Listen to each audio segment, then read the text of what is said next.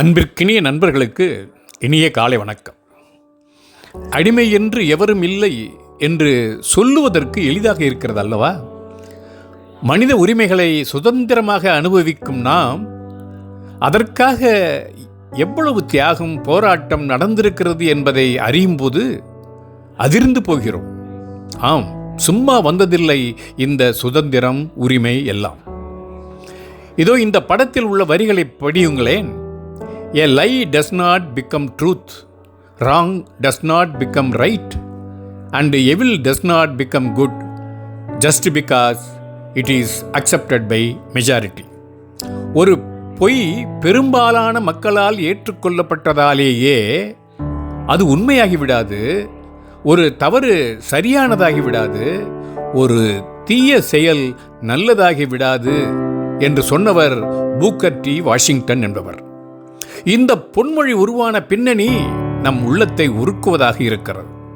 அமெரிக்காவில் இன நிறவெறியும் அடிமை முறையும் கருப்பின மக்களை கசக்கி பிழிந்த காலத்தில் நசுக்கப்பட்டோருக்கு ஆதரவாக அக்கிரமக்காரர்களை எதிர்த்து குரல் கொடுத்தார் கருப்பின மக்களின் பிரதிநிதியாக இந்த வாஷிங்டன். இவர் இளமையில் கல்விக்காக களமிறங்கி போராடி வெற்றி கண்டவர். அடிமைத்தன காலத்தில் பிறந்த பூக்கர் டி வாஷிங்டனுக்கு வாழ்க்கையே ஒரு போராட்டம். கல்வி என்பது ஒரு கனவாகவே இருந்தது. அடிமைச் சூழலில் வளர்ந்த அவர் பள்ளிக்கூடம் என்று சொல்லக்கூட உரிமை இல்லாத நிலை. ஆனால் கல்வி கற்றே ஆக வேண்டும் என்ற தீவிர ஆசை அவரை வழிநடத்தியது. வறுமை வாட்டியதால் சிறுவயதில் அவர் வேலைக்கு சென்றார். உலர்ந்த சோளத்தை அரைக்கும் வேலை, உழைப்பு நிறைந்த வீட்டு வேலைகள். அப்போது பள்ளிக்கூடம் செல்லும் குழந்தைகளை பார்த்து அதைப் போலவே தானும் பள்ளிக்கு சென்று கல்வி கற்க வேண்டும் என்ற ஆசையில் துடித்தார். ஒரு நாள் ஹாம்ப்டன் இன்ஸ்டிடியூட்டில் சேர வேண்டும் என்பதற்காக கனவுடன் தான் இருந்த இடத்தில் இருந்து நூற்றுக்கணக்கான மைல்கள் நடந்தே போய் அந்த நிறுவனத்தை அடைந்தார். அந்த பள்ளியில் சேர்வதற்காக துப்புரவு வேலை செய்து தன் கற்கும் ஆர்வத்தை நிரூபித்தார். கல்விக்காக உழைத்தார். தூய்மை, நேர்மை, பணிவுடன் வாழ்ந்தார். புத்தகங்களை வாங்க முடியாத சூழலில் நூலகத்தில் வேலை செய்து படித்தார். இறுதியில் எண்ணியதை எய்தினார். கற்ற கல்வியால் கல்வியாளர், எழுத்தாளர், பேச்சாளர் மற்றும் அமெரிக்காவின் பல ஜனாதிபதிகளுக்கு ஆலோசகர் என படிப்படியாக உயர்ந்தார்.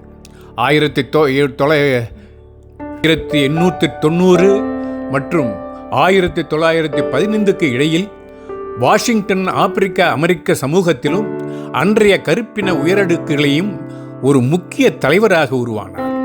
19ஆம் நூற்றாண்டின் பிற்பகுதியிலும் 20ஆம் நூற்றாண்டின் முற்பகுதியிலும் நடைமுறைப்படுத்தப்பட்ட இன பாகுபாட்டு சட்டங்களாலும் வாக்களிக்கும் உரிமையை பறிக்கும் சட்டங்களாலும் ஒடுக்குமுறைகளுக்கு ஆளான கருப்பின மக்களுக்கு விடிவெள்ளியாக உருவானார்.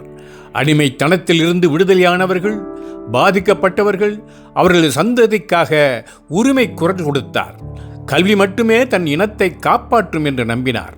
கல்வி கற்க இளமையில் தான் பெற்ற கஷ்டம் எவரும் படக்கூடாது, அனைவரும் கல்வி பெற வேண்டும் என்ற நோக்கத்தில்தான் டஸ்கீஜி கல்வி நிறுவனத்தை நிறுவினார். அந்த நிறுவனம் ஒரு சாதாரண பள்ளியாக இருந்து பின்னர் வரலாற்று சிறப்புமிக்க ஒரு கருப்பின கல்லூரியாக மாறியது. அதன் முதல்வராக அவர் பணியாற்றினார். கல்வி என்பது சுதந்திரத்தின் கதவாகும் என்ற முழக்கத்தை வாழ்ந்து காட்டி நிரூபித்தவர் அவர். இவர் அடிமையாக பிறந்து வாழ்ந்து அந்த தலைமுறையின் அமெரிக்க தலைவராக உயர்ந்தார். நண்பர்களே, இப்போது புரிகிறதா? ஒரு பொய் பெரும்பாலான மக்களால் ஏற்றுக்கொள்ளப்பட்டாலும் கூட அது உண்மையாகிவிடாது, ஒரு தவறு சரியானதாகிவிடாது, ஒரு தீய செயல் நல்லதாகிவிடாது என்று ஏன் சொன்னார் என்று. இது எந்த நாட்டிலும் சக மனிதர்களை வஞ்சிக்கும் கூட்டத்திற்கு எதிரானது. என்ன நண்பர்களே, இன்றைய இந்த கருத்தை நீங்கள் ஆதரிக்கிறீர்கள் அல்லவா? எனவே இதே போன்று இன்னொரு கருத்துடன் உங்களை சந்திக்கிறேன். நட்புடன் நாகராஜன். வணக்கம்.